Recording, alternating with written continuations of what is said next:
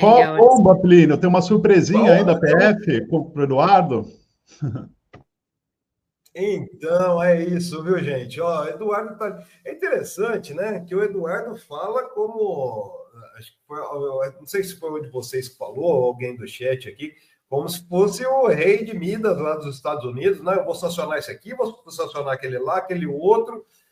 Só que ele tem uma surpresa, viu, gente? Ele falou aí que vai ter uma. Vocês noticiaram aqui que vai ter uma reação e vai sancionar também os agentes que forem cumprir mandados de prisão. Mas ontem, antes mesmo do comunicado do Alexandre de Moraes pedindo a abertura da investigação, a cúpula da PF, que é dirigida aí pelo Andrei Passo, lembrando que o Eduardo é escrivão da Polícia Federal, viu, gente? Teve alguém que falou no chat aqui, Isso que é que eu falei. interessante também, que ele já tem um processo administrativo, né?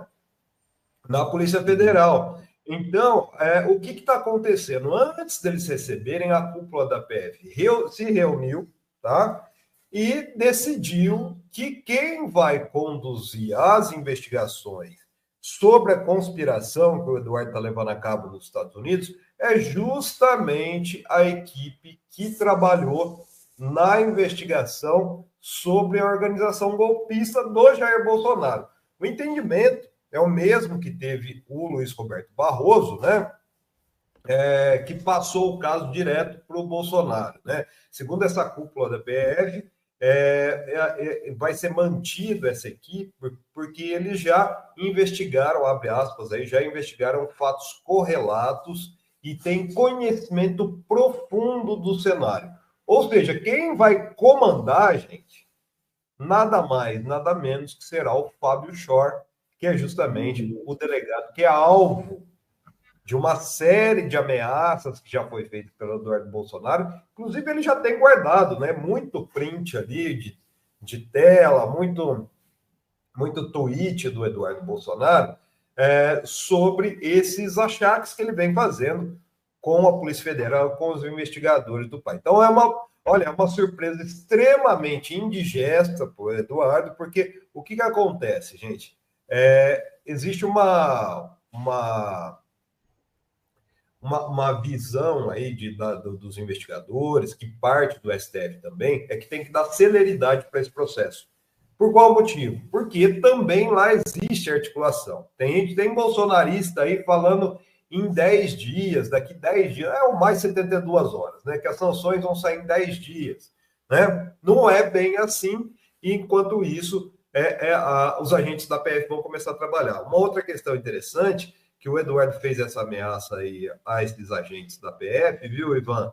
Mas lá nas articulações só tem 3 ministros do Supremo Tribunal Federal que estão sendo poupados nas conversas aí do Eduardo Bolsonaro para pedir sanção. Ou seja, além do Moraes, mais 7 seriam alvos de sanções aí dos Estados Unidos. E quem são esses 3? 2 está na cara, né, gente? André Mendonça e Cássio Nunes Marques. E o E o terceiro terceiro também está meio na cara, né? O terceiro também está meio na cara, né? Fala aí, e quem é na o cara terceiro? também, né, gente? Em Fux we trust, né? Isso Todos aí. nós confiamos no Fux, né? O Fux que ele, na verdade, assim, existe um assédio do bolsonarismo em cima do Fux por ser a voz divergente do Alexandre de Moraes na primeira turma do Supremo. Mas a gente está vendo aí que esse andamento do processo vai ser bem rápido, justamente por causa dessa equipe que vai trabalhar, que já tem conhecimento, e, segundo ministros aí ouvidos, 5 ministros do Supremo Tribunal Federal já falaram em off, que assim, só as provas, só o que tem nas redes sociais já implica o Eduardo Bolsonaro em crime de coação. Então não tem como fugir, viu, gente? Não tem mesmo. Eduardo, daqui uns dias aí, só não vai ser preso se o Trump colocar ele no colo, como vocês mostraram agora há pouco aí nesse cartoon, viu? Foi meio como o Cacai falou, né, no vídeo que a gente mostrou aqui, Plínio. O Eduardo Bolsonaro não tem defesa, basicamente, né? Não tem como se defender desse tipo de acusação, porque ele mesmo detalha os crimes que ele está cometendo lá nos Estados Unidos, né? Agora, Plínio, o Jair Bolsonaro deve ser preso, o Cacai estava falando, até o fim do ano, né? Deve ser condenado lá para setembro, outubro, até dezembro, no máximo, deve estar na cadeia. Agora, o Eduardo Bolsonaro está lá nos Estados Unidos, aparentemente, né? Com o apoio do governo Trump. Então, se o Eduardo Bolsonaro for condenado, Moraes emitiu uma ordem de prisão contra o Eduardo Bolsonaro, ou mesmo uma ordem de prisão preventiva antes da condenação. Você acha que ele vai se tornar uma espécie de Alan dos Santos? Fica lá para sempre, porque se pisar no Brasil é preso. Na minha visão já é, viu, Ivan? Eu acho que ele segue o rumo aí não só do Alan, né, mas também do Paulo Figueiredo, que tá lá também, né? Então, assim, é um refúgio. Eu achei interessante que ontem, a hora que a primeira reação que o Eduardo fez ontem, ele gravou um vídeo que ele chamou os Estados Unidos como exportador de democracias e liberdades, viu, Ana? Olha onde chega o grau de servilismo, né? Então a gente vê que está tudo alinhado ali. O que me intriga um pouco é justamente assim: será que o Trump vai realmente arriscar uma relação que não é uma relação qualquer? Se fosse uma relação com o Haiti, por exemplo, mesmo com países menores aqui da América do Sul, tudo bem. Mas será que ele vai riscar qualquer tipo de reação, de relação com o governo brasileiro por causa dessas pessoas?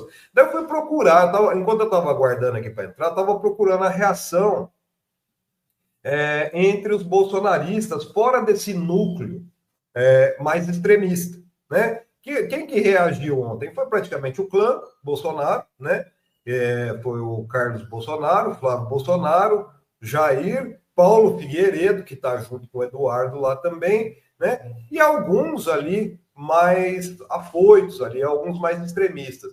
Fui ver as redes sociais do Tarcísio Gomes de Freitas. Nada. Nada. Aliás, ontem deve ter estourado champanhe lá no Palácio dos Bandeirantes também. Né? Fui ver as redes sociais da Michele Bolsonaro, gente. Nada. Ontem ela só colocou a verdade vos libertará, né? Parafraseando. Então a gente vê que cada dia mais... Eu estava perdendo a fofoca, eu não posso perder de jeito nenhum, desculpa. Mas a gente vê que cada dia mais existe, assim, um núcleo muito pequeno em torno do clã. O que me chamou a atenção ontem, inclusive eu mandei aí para vocês algumas coisas, acho que vocês já até passaram no vídeo, foi a reação da horda mais extremista, né, nas redes sociais, nos grupos de Telegram.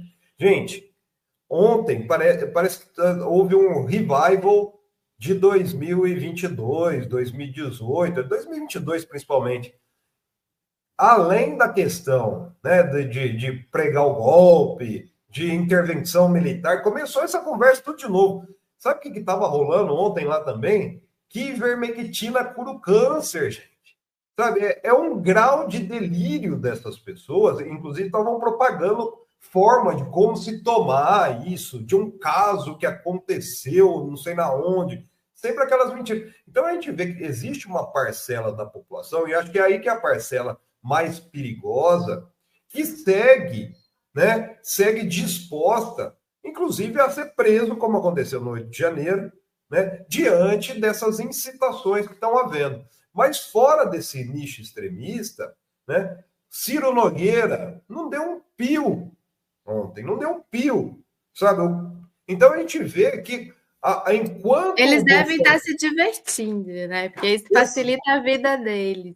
Está facilitando muito. Inclusive, assim, o próprio Estadão, que é o representante da Faria Lima, já escreveu um editorial falando que o Bolsonaro atrapalha. Então, quanto mais o Bolsonaro atrapalhar, é maior a chance dele ser conduzido à cadeia. E agora também o Eduardo ser carta fora do baralho. Então, maior é a chance dessa aglutinação de forças.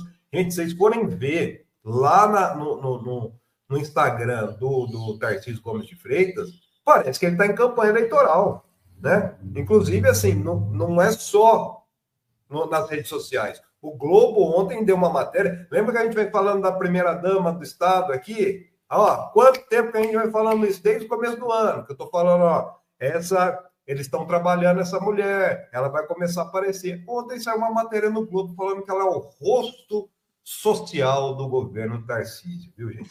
Aí, ó, o golpe tá aí, cai quem quer, né? Cai quem quer, né? Eu achei engraçado esse comentário aqui, Plínio, olha só. O sonho do Banana é ser o Guaidó brasileiro, e é verdade, o sonho dele é ser o Guaidó do Brasil. Guaidó, aquele presidente autoproclamado da Venezuela, né? Apoiado pelos Estados Unidos.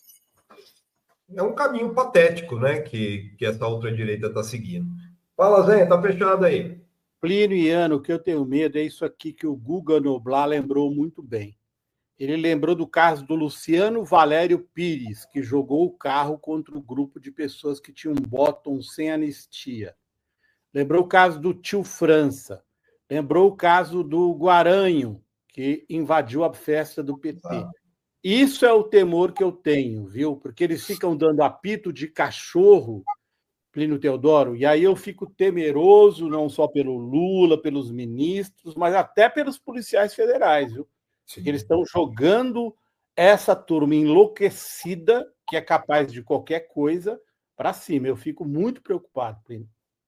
Não, inclusive ontem, a conversa que estava no Telegram, na hora que eu entrei. Gente, olha para vocês terem uma ideia. Eu faço parte desses grupos, né? Mas lógico que a gente acaba sendo conhecido. Eu entrei, mas não deu 2 minutos depois, uma pessoa que faz parte do grupo me chamou assim: o que você está fazendo aí? Então, eles estão à flor da pele, tá? Inclusive falando que é melhor morrer do que viver numa ditadura comunista. Essa é a conversa nesses grupos bolsonaristas. É uma parcela, representa uma parcela da população brasileira, gente, cada vez menor nesses grupos. Só que essas pessoas, elas são alimentadas pelo ódio, doses diárias de ódio. E assim, nem sabe. Você entra nesses grupos bolsonaristas, pululam, assim, teorias da conspiração. De qualquer coisa que você joga ali, eles acreditam, entende? Só que nessa questão, com essas incitações que existem, principalmente por parte do clã, é justamente o que acontece ali, que resulta nessas figuras. Né? Colocou 3 fotos aí do Guaranho, desse caso aí, mas ontem, por exemplo, eles estavam falando assim: vamos vingar o tio França, né, que se explodiu na porta lá. Daí teve recentemente o caso também de um caminhoneiro que jogou o caminhão em cima de PRF que estava, né, de uma, como é que fala, uma casinha dessas que ficam me fugiu a palavra agora, né? De uma casinha dessas que ficam na beira da estrada.